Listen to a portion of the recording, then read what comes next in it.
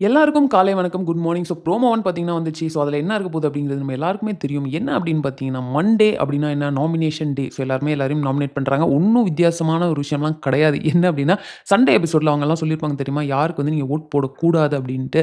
So அவங்க அதே பெர்சன தான் ஆல்மோஸ்ட் வந்து இதில நாமினேட் பண்ற மாரி இருக்கு.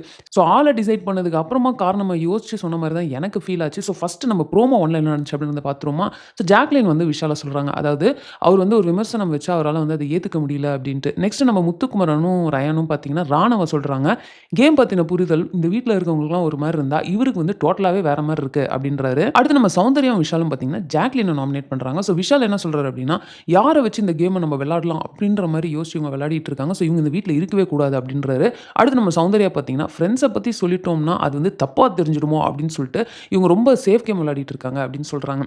ஸோ இப்போ ஃபர்ஸ்ட்டு பார்த்தீங்கன்னா, நம்ம விஷால பத்தி சொன்னது ஒரு கரெக்ட்டான விஷயம் தான். ஏன்னா, அவரோட கேப்டன்சில அதுதான் நடந்தது. அவர் வந்து பார்ஷியலா இருந்தாரு அன்ஷிதாக்கு அப்படின்னு சொன்னப்போ, அவரால அத ஏத்துக்கவே முடியல. இன்ஃபாக்ட் விஜய் சேதுபதி அவர் சொன்னதுக்கு அப்புறமா, அந்த பிரேக் டைம்ல கூட உள்ள வந்து அவர் அவ்ளோ ஸ்ட்ராங்கா அதுக்கு அப்போஸ் பண்ணி பேசினப்போ, விஜய் சேதுபதி அவரே சொல்லியிருப்பாரு. "நம்ம ஒண்ணு சொல்றோம் அப்படின்னா, அது வந்து நாங்க எல்லாம் பார்த்து அதுக்கப்புறமா தான் சொல்றோம். அத்தன பேருமா பொய் சொல்லுவாங்க. ஸோ எங்களுக்கெல்லாம் என்ன மரியாதைன்ற மாரி அவர் கேட்டிருப்பாரு." பட் அவர பத்தி பாசிட்டிவா சொன்னப்போலாம் அவர் ஏத்துக்கிட்டு இருந்திருப்பாரு. இன்ஃபாக்ட் இந்த ரீசன தான் பார்த்தீங்கன்னா, ஐ திங்க் சண்டே எபிசோட்ல தீபக் சொல்லியிருப்பாருன்னு நெனைக்கிறேன் விஷால பத்தி. ஸோ அது வந்து ஒத்துக்கிற மாரியான ஒரு விஷயமா தான் இருக்கு. அடுத்து நம்ம முத்துக்குமரன் அண்ட் ரயான் பார்த்தீங்கன்னா, ராணவ வந்து கேம் பத்தின புரிதல் வந்து வீட்ல ஒரு மாரி இருந்தா, இவருக்கு டோட்டலா வேற மாரி இருக்கு அப்படின்னு சொல்றாங்க.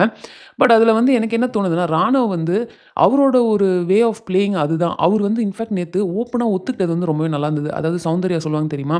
இது வந்து ராணவே கிடையாது. கேம்க்காக இவர் வேற ஒருத்தரா இருக்கிறாரு அப்படின்றப்போ, இதுவரைக்கும் பிக் பாஸ் ஹிஸ்டரியிலேயே ஒருத்தர்ட்ட போயிட்டு, நீங்க இந்த கேம்க்காக வேற ஒரு ஆளா நடிச்சுட்டு இருக்கீங்க தானே அப்படின்னு கேட்கிறப்போ, அவங்க வந்து இல்லவே இல்லன்னு சாதிப்பாங்க. ஆனா நம்ம ராணவ் பட்டுன்னு அப்படியே ஆன் ஃபேஸ் வந்து, ஆமா நான் கேம்க்காக வேற மாரி தான் இருக்கேன். இது நான் கிடையாது அப்படின்றத சொன்னது எனக்கு வந்து ஒரு விதத்தில அப்ரிஷியேட் பண்ணணும்னு தோணும். பட் என்ன பொறுத்த அளவுக்கு இந்த ஹார்ட் ஒர்க், ஸ்மார்ட் ஒர்க் அப்படின்னு 2 விஷயம் இருக்கும் தெரியுமா? ஸோ நேத்து முத்து கூட சொல்லியிருப்பாரு. சௌந்தர்யாக்காக சொல்லியிருப்பாரு. இந்த மாரி நம்ம கேம்க்காக இவ்ளோ எஃபோர்ட் போட்டு, இவ்ளோ யோசிச்சு நாங்க இவ்ளோ வேலைகள் பண்றோம். ஆனா நம்ப சௌந்தர்யா பார்த்தீங்கன்னா, அதெல்லாம் இல்லாம ஈஸியா வேற மாரி ஒரு விஷயத்த பண்ணி ஸ்கோர் பண்ணிட்டு போயிடுறாங்க அப்படின்னு. பட் நமக்கு ஹார்ட் ஒர்க், ஸ்மார்ட் ஒர்க்ன்னு 2 இருக்கு. இது வந்து ஒரு மக்களுக்கான ஒரு ரியாலிட்டி ஷோ. ஸோ இத வந்து எந்த அளவுக்கு மக்கள் விரும்புறாங்க, யார அவங்களுக்கு புடிச்சிருக்கோ அவங்கள தான் வந்து சேவ் பண்ண போறாங்க.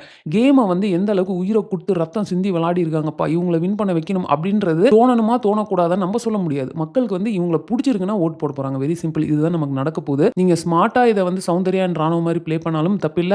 ஹார்ட் ஒர்க் போட்டு முத்துக்குமரன் மாரி ப்ளே பண்ணாலும் தப்பில்ல. மக்கள் வோட்டிங் படி தான் இது போகுது அப்படின்னு நம்ம சொன்னோம்னா, மக்கள் கையில இருக்கு. இல்ல அப்படின்னா, இது வந்து யார் டிசிஷன் எடுக்கிறாங்களோ, பிக் பாஸ் டீமோ யாரோ அவங்க கையில இருக்கு அப்படின்னு நம்ம சொல்லிட்டு போயிற வேண்டியதான். ஸோ இது வந்து எனக்கு தப்பா தெரியல. விஷால் பார்த்தீங்கன்னு வச்சுக்கோங்களேன், ஆல்மோஸ்ட் விஷாலுக்கு வந்து ஜாக்லின் இந்த கருத்து தான் வந்து நேத்து சொல்லியிருப்பாங்க வீக்கெண்ட் எபிசோட்ல. அதாவது விஷால் வந்து எப்பவுமே யாராவது ஒருத்தர யூஸ் பண்ணி அவருக்கு வேணுங்கிற விஷயங்கள அவங்க மூலியமா வந்து பண்ணிக்கிறாரு. அண்ட் அவர் அப்படி பண்ண நெறைய பேர் இப்ப இந்த வீட்லயே இல்ல. அவங்கலாம் எலிமினேட் ஆயி போயிட்டாங்க இவரால. இவரு வந்து சேஃபா இருக்காருப்பா அப்படின்ற ஒரு விஷயத்த சொல்லியிருப்பாங்க.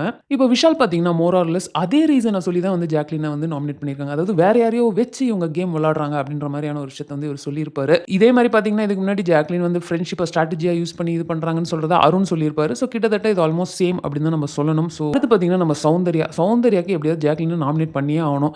இதுக்கு முன்னாடி நாமினேஷன் என்ன சொன்னாங்கன்னா, இவங்களோட ஃப்ரெண்ட்ஷிப் ரொம்ப டாமினேட்டிங்கா இருக்கிறனால, அது எங்க கேம பாதிக்குதுன்னு சொன்னாங்க. இந்த வாட்டி என்ன ஆயிடுச்சுன்னா, நடுவுல பேரண்ட்ஸா இருக்கட்டும், எல்லாருமே வந்து அந்த ஃப்ரெண்ட்ஷிப் நல்லா தான்ப்பா இருக்கு. அந்த ஃப்ரெண்ட்ஷிப் நல்லா தான் இருக்கு. அதுல எந்த தப்பும் இல்ல. நீ ஏன் அவங்கள விட்டு வந்த? நீ ஏன் அவங்கள பத்தி பின்னாடி பேசுற? இப்படிலாம் சொன்னோனே, அவங்களுக்கு ஒரு விஷயம் கிளியர் ஆயிருச்சு. அதாவது ஜாக்லின் வந்து நம்மள எங்கேயுமே விட்டு குடுத்து பேசவே இல்ல. இதுதான் ஜாக்லினோட பாசிட்டிவாவே இருக்கு. நம்மள வந்து எல்லாரும் தப்புன்னு சொல்றாங்க. அதாவது நீ ஏன் பின்னாடி பேசுற அப்படின்ட்டு. ஸோ இப்ப நம்ம இத உடைச்சாகணும் இல்லையா? அதனால நம்ம சௌந்தர்யா என்ன பண்றாங்கன்னா, ஃப்ரெண்ட்ஸ பத்தி எங்கேயாவது தப்பா சொல்ட்டோம் அப்படின்னா, நம்ம வெளிய தப்பா தெரிஞ்சுருவோமோன்னு ஜாக்லின் சேஃப் கேம் விளையாடுறாங்க அப்படின்ற ஒரு ரீசன சொல்றாங்க. ஆனா சும்மா சொல்லக்கூடாது. சௌந்தர்யா செம்ம கிளவரா யோசிச்சு ரீசன சொல்றாங்க தெரியுமா? அந்த ரீசனே வந்து எந்த அளவுக்கு டெப்த்தா இருக்குது அப்படின்றத நம்ம சொல்லணும். அவங்க ஃப்ரெண்ட்ஸ் அப்படின்னு பார்த்தீங்கன்னா, அதுல வந்து ரயான், ஜெஃப்ரி அண்ட் சௌந்தர்யா தான். ஸோ இதுல ஜெஃப்ரி அண்ட் சௌந்தர்யா வாலண்டியரா வந்து விட்டு வெளிய போயிருப்பாங்க. ஸோ சௌந்தர்யா சொன்னது கரெக்ட்டா, தப்பா அப்படிலாம் நமக்கு தெரியாது. பட் எனக்கு பார்க்கிறப்போ வந்து ஒருத்தர பத்தி தப்பா பேசல. அதனால அது சேஃப் கேம் அப்படின்னு எனக்கு சொல்ல தெரியல. அது மேபி அதுதான் ஜாக்லினா இருக்கலாம். ஜாக்லினுக்கு எந்த ஒரு விஷயத்தையும் பின்னாடி போய் ஒருத்தங்கள பத்தி தப்பா பேசுறது புடிக்காம இருக்கலாம். ஆர் மேபி அவங்க ஃப்ரெண்ட் அப்படின்னு அவங்க சர்க்கிள்குள்ள விட்டுட்டாங்கன்னா, அவங்கள பத்தி அவங்க நெகட்டிவா எங்கேயும் பேசறதுக்கு விருப்பப்படாத ஒரு ஆளா கூட இருக்கலாம் அப்படின்னும் நம்ம பார்க்கலாம் தான் நான் நினைக்கிறேன். ஸோ ஓகேங்க. இதுதான் இவங்க சொன்ன ரீசன். ஸோ இந்த ரீசன்ஸ்ல எதெல்லாம் உங்களுக்கு கரெக்ட்டா பட்டுச்சு? எதெல்லாம் வந்து இல்லப்பா இது என்னடா ரீசன் அப்படின்னு உங்களுக்கு ஃபீல் ஆச்சு அப்படின்றத கமெண்ட்ல போடுங்க.